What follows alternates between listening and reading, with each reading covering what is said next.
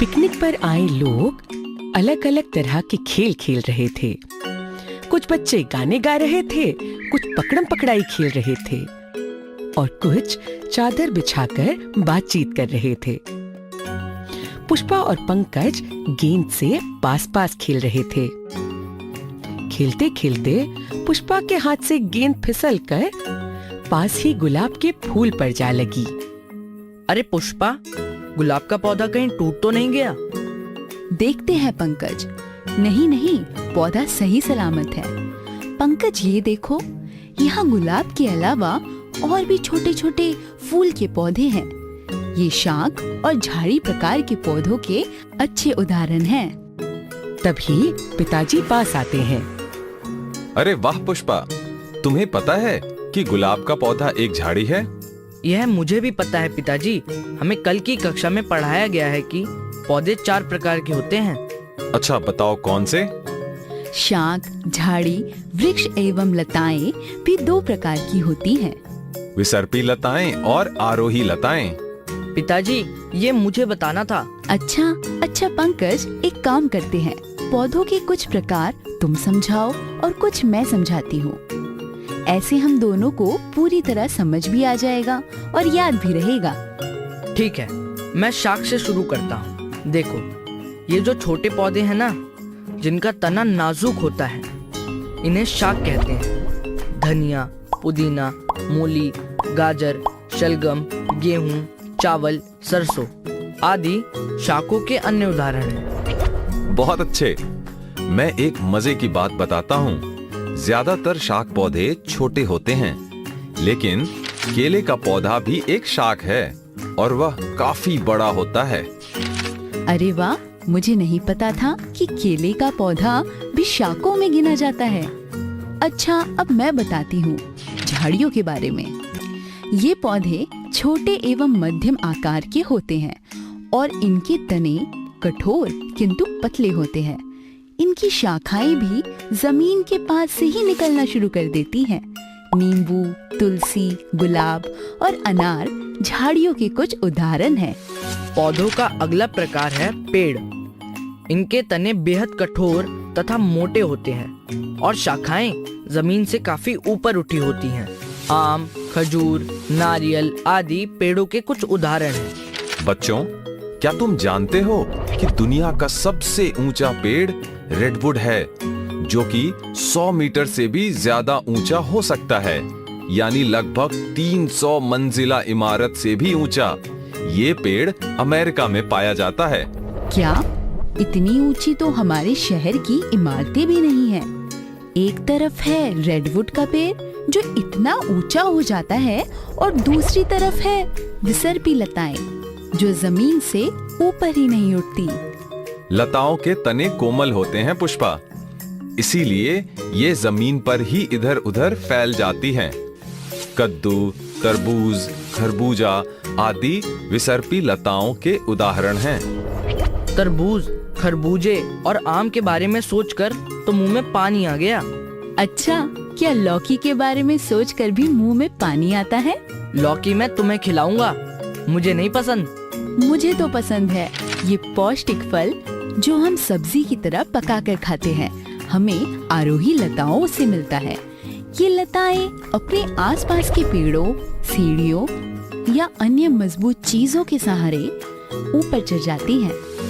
अंगूर भी आरोही लता का एक उदाहरण है। ये बताओ तो मैं मान लूंगा कि तुम्हें पौधों के बारे में बहुत कुछ पता है। हाँ, पूछो। दुनिया का सबसे बड़ा फल किस पेड़ में लगता है? अरे, ये तो मैंने कभी सोचा ही नहीं। लताओं के बारे में बात हो रही है तो तरबूज ही होगा। तरबूज? क्या आपको पता है? सही कहा। कटहल का फल सभी फलों से बड़ा होता है और कटहल के पेड़ पे लगता है। पता है, कटहल का एक फल 50 किलो तक का भी हो सकता है। पुष्पा, जो लोग ये वीडियो देख रहे हैं उन्हें तुमसे ज्यादा पता है। आज तो मजा आ गया और ये भी पता चला कि मेरे दोनों बच्चे बहुत होशियार हैं। अब अंधेरा होने लगा है, घर चलने की तैयारी करो। अरे कितना मजा आ रहा था। कोई बात नहीं, कल शाम सुंदर अंकल के बागीचे में चलते हैं। हाँ पुष्पा, पक्का चलेंगे, क्योंकि अभी तो हमें पौधों के तनों, फूलों और उनकी जड़ों आदि पर भी चर्चा करनी है। चलो बच्चों, देर हो रही है। हाँ पिताजी, चलते हैं।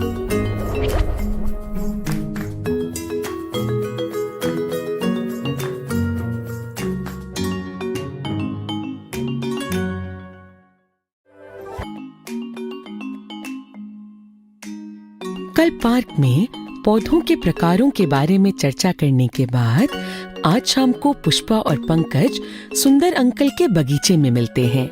सुंदर अंकल को पौधों से अत्यधिक लगाव है और वह पौधों के बारे में अच्छी खासी जानकारी रखते हैं। अभी वह अपने पौधों की देखभाल में लगे हुए हैं। नमस्ते सुंदर अंकल। नमस्ते बच्चों, आज यहाँ कैसे आना हुआ? अंकल, हमारे विज्ञान की पुस्तक में पौधों पर एक अध्याय है। क्या हम उसके बारे में आपके बगीचे में चर्चा कर सकते हैं? हाँ बच्चों, क्यों नहीं। मेरी सहायता की जरूरत हो तो बताना। शुक्रिया अंकल। पंकज, कल हमने पौधों के प्रकारों पर चर्चा की थी, अब उनके भागों पर चर्चा करते हैं। ये तो बहुत आसान है पुष्पा। पौधों के मुख्य भाग इनके तने, पत्तियां, जड़ें एवं फूल होते हैं। बिल्कुल ठीक। याद है, पौधों के प्रकारों की चर्चा करते समय हमने देखा था कि पौधों के हर प्रकार के तने अलग तरह के होते हैं। हाँ, पंकज, तना ही वह भाग है जो पौधों की ऊपरी संरचना को सहारा देता है। तने पानी और मिट्टी में विलीन खनिज पदार्थ पेड़ पौधों की शाखों से होते हुए पत्तियों तक पहुंचाते हैं और पत्तियों में प्रकाश संश्लेषण से बना भोजन पौधे के विभिन्न भागों तक पहुंचता है। पत्तियों द्वारा भोजन बनाना शायद पौधे का सबसे महत्वपूर्ण कार्य है। तुम तो भोजन का ख्याल आते ही खुश हो जाते हो। अच्छा, वैसे पत्तियां एक और महत्वपूर्ण कार्य करती हैं, जिसे वाष्पोत्सर्जन कहते हैं। इसका मतलब है कि पौधे में जो अतिरिक्त जल होता है, पत्तियों की फलक या सतह से भाप बनकर उड़ जाता है। अगर मैं सही हूँ तो फलक पत्ती के चपटे हरे भाग को कहते हैं। बिल्कुल ठीक। देखो, पत्ती के मध्य में जो ये हल्की कठोर रेखा जैसी संरचना है, इसको मध्य शिरा कहते हैं, और इसके आसपास ये अन्य शिराएं हैं। शिराओं द्वारा बनाई गई इस जाली जैसी संरचना को शिरा विन्यास यानी रेटिकुलर वेन कहते हैं। अरे, हमारे घर में पानी का संचालन भी तो ऐसे ही होता है। पानी की टंकी से जो पाइप निकलता है वो सबसे चौड़ा होता है, जो फिर अन्य छोटे पाइपों में बांटता हुआ बाथरूम, किचन और बेसिन आदि में आता है। पेड़ पौधे भी ऐसे ही खाना पानी पत्तों तक पहुंचाते हैं। देखो, लगभग हर पत्ती पर इसी प्रकार का शिरा विन्यास बना हुआ है। सुंदर अंकल, जो कि उनकी बातें कुछ देर से सुन रहे थे, आकर उनकी मदद करते हैं। तुम दोनों के सोचने का तरीका बहुत अद्भुत है। अब मैं भी कुछ बताता हूँ। ये देखो, घास की पत्तियां, ये पेड़ों की पत्तियों से अलग होती हैं। ये पतली लेकिन लंबी पत्तियां हैं और इनका शिरा विन्यास समांतर है। अरे, ये बात तो हमने सोची ही नहीं थी अंकल। क्या आप इनके बारे में कुछ और रोचक बात जानते हैं? रुको एक मिनट। सुंदर अंकल ध्यान से एक घास के पौधे को जड़ समेत उखाड़ लेते हैं। फिर एक ऐसे पौधे को उखाड़ते हैं जिसकी पत्ती पर जालिका रूपी शिरा विन्यास यानी कि रेटिकुलर वेन होता है। बच्चों, ये देखो, घास जैसे पौधे जिनका शिरा विन्यास समांतर होता है, इनकी जड़ें रेशेदार होती हैं, और जिन पौधों की पत्तियों का शिरा विन्यास जालिका रूपी होता है, उनकी जड़ें ऐसे मूसला जड़ें होती हैं। अंकल, ये तो बहुत ही बढ़िया जानकारी है। जड़ें भी पौधों का बहुत ही महत्वपूर्ण भाग होती हैं। ये जमीन में मौजूद पानी और उसमें विलीन खनिज पदार्थों को सोख लेती हैं, जो तने से होकर पौधे के हर भाग तक पहुंच जाता है। इसके अलावा जड़ें पौधों की नींव की तरह भी काम करती हैं। ये पौधे को मिट्टी में जकड़ कर रखती हैं। बिल्कुल सही। हमने सारी जरूरी भागों की बातें कर ली, सिवाय पुष्पों के। पुष्पा, तुम्हारे तो नाम का ही मतलब फूलों जैसी होता है ना। तुम फूलों के बारे में क्या क्या जानती हो? हाँ, यही मतलब है मेरे नाम का।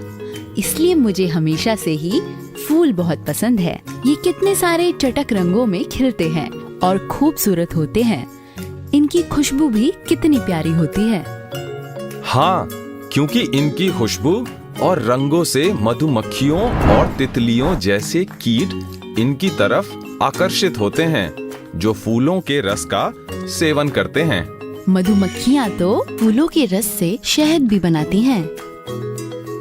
हाँ, शहद कितना स्वादिष्ट होता है। वैसे अब तो मुझे भी भूख लग गई। चलो चलकर कुछ फल खाते हैं। हाँ, मेरे पेट में तो कब से चूहे दौड़ रहे हैं। शाबाश बच्चों, अब तुम दोनों ने पौधों पर इतने अच्छे से चर्चा की है तो फलों का सेवन तो बनता है। चलो, मैं तुम्हें अपने बागीचे के स्वादिष्ट फल खिलाता हूँ।